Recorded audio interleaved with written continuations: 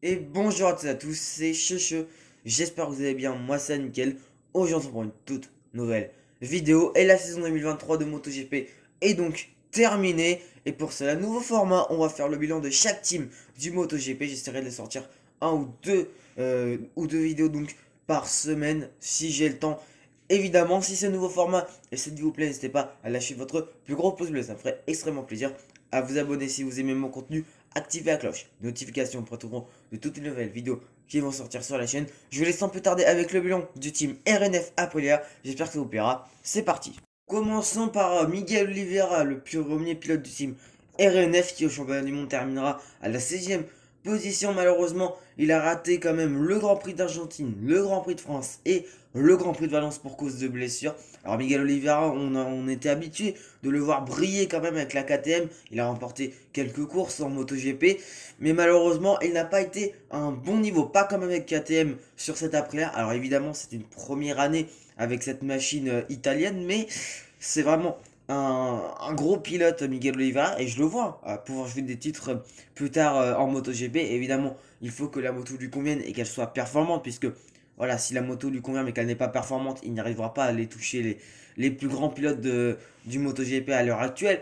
Donc vraiment, Miguel Oliveira, il y a intérêt pour lui et pour le futur team Aprilia, puisque RNF a été exclu de la grille en 2024. D'ailleurs, j'en ai parlé dans mon débrief du Grand Prix de Valence. N'hésitez pas aussi à aller voir la vidéo, voilà la petite pub. Mais voilà, à voir si Miguel Oliveira peut aller tenter de chercher une victoire, sachant qu'au Portugal, bah, il avait quand même possibilité d'aller chercher un podium. Malheureusement, on sait ce qui s'est passé avec Marc Marquez, qui lui a été le fauché tout simplement dans le dos. Donc c'était vraiment pas un bon coup de la part pour Miguel Oliveira, ce qui lui a fait donc rater l'Argentine. Puis vraiment, il y a eu quelques grands prix compliqués. Je pense là, je les ai sous les yeux, les résultats. Aux Pays-Bas, il finit 19e et abandonne. Bref, c'est vraiment très très très compliqué cette saison 2023 pour Miguel Oliveira. Voilà pourquoi je vais lui mettre une note de 6 sur 10 pour sa saison, même si vraiment elle n'a pas été non plus très mauvaise. Donc voilà pourquoi je lui mets un 6 sur 10. Elle aurait pu être meilleure, pourquoi pas, avec un podium, que ce soit en sprint ou en course principale. Et d'ailleurs, que pensez-vous aussi de sa saison? N'hésitez pas à me le dire en commentaire. On va directement passer à Raoul Fernandez. On passe donc à Raoul Fernandez qui, je trouve, personnellement, a pas non plus fait une saison exceptionnelle. Malgré quand même de bons résultats sur les dernières courses, bah il n'y a pas non plus d'amélioration par rapport à l'an passé. Enfin, il y a quand même une amélioration parce que l'an passé, il était très loin à chaque Grand Prix, même s'il arrivait à faire des 13e, 14e positions, donc à marquer des points.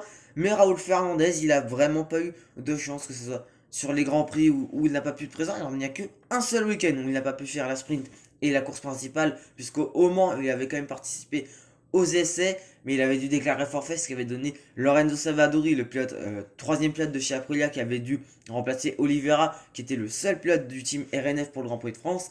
Mais dans l'ensemble, bah, Raoul Fernandez, c'est une saison qui est quand même très très très compliquée. Elle n'est pas mauvaise parce que vraiment, voilà, certes, il finit 20e du championnat du monde avec 51 points, mais franchement, il y a pire comme saison pour une deuxième saison. Alors on sait que c'est pas une saison en deuxième saison comme une saison que pourrait faire Joan Mir qui avait été titré en 2020, comme Quartararo, comme des Morbidelli, bref, qui avaient fait des saisons pour leur deuxième saison qui étaient plutôt intéressantes. Mais voilà, dommage pour Raúl Fernandez, et donc je vais lui mettre une note de 4 sur 10. Du côté global, RNF, c'est une saison qui est très très mauvaise. 8ème certes du championnat avec 134 points. Ils sont notamment devant Honda officiel, LC Honda ou encore Gaz Gaz Tech 3. Mais le problème, bah, c'est que bah, RNF, franchement, c'est une saison qui a, pour moi, ça aurait pu marcher. Franchement, ils avaient une belle line-up. Oliveira, Fernandez, c'est une line-up qui est très très belle sur le papier. Qui vraiment sont deux pilotes qui ont. Alors certes, ils viennent de chez KTM, mais qui ont réussi à s'adapter, j'ai l'impression, très vite à cette Aprilia. Ils ont réussi même à faire quelques coups d'éclat pour l'un comme pour l'autre.